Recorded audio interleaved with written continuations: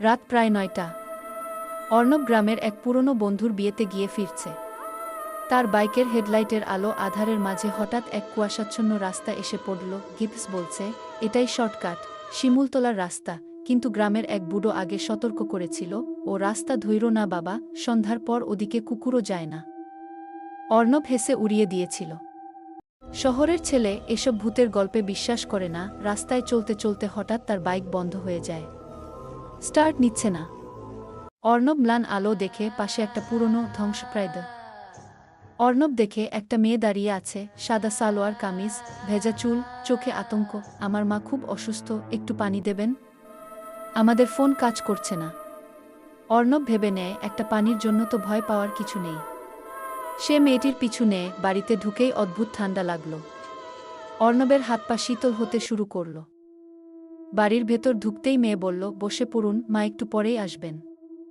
অর্ণব চেয়ারটায় বসতেই চেয়ারটা টেনে নিয়ে যায় এক অদৃশ্য শক্তি। দেয়ালে হঠাৎ রক্ত দিয়ে লেখা হতে থাকে, তুইও মরবি।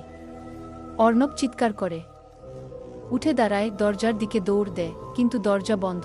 পেছনে তাকিয়ে দেখে মেয়েটির মুখ নেই, শুধু এক কুয়াশার মতো আবছা চেহারা। হঠাৎই বাড়ির এক ঘরে নিজে নিজেই টিভি চালু হয়ে যায়। পুরনো সাদাকালো ফুটেজ চলছে। একটা পরিবার, মা, মেয়ে আর বাবা। একদিন রাতে ডাকাত ঢুকে মা মেয়ে দুজনকে খুন করে। সেই রাতেই থেকে তারা ওই বাড়িতে আটকে আছে। লোকজন বলে, প্রতিদিন রাতে ৯:৩০ এরপর কেউ ওই বাড়িতে ঢুকলে আর ফিরে আসে না। কারণ সেই মেয়ে সাহায্যের অভিনয় করে তাদের ডেকে আনে। অর্ণব জোরে জোরে দরজা ধাক্কায়।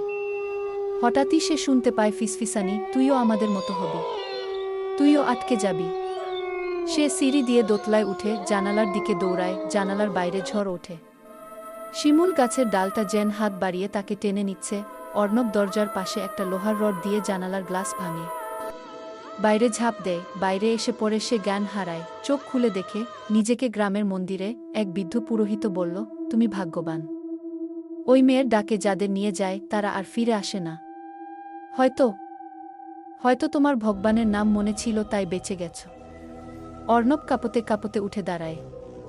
বাইকটা খুঁজে পায় মন্দিরের পাশেই, ঠিকঠাকভাবে রাখা। শহরে ফিরে অর্ণব নিজের বন্ধুদের বলে, কেউ বিশ্বাস করে না, কিন্তু আজও রাতে ঘুমোতে গেলে সে দেখতে পায় সেই মুখহীন মেয়েটা জানালার পাশে দাঁড়িয়ে, চোখে শুধু একটাই কথা লেখা, তুই তো বলেছিলি সাহায্য করবি।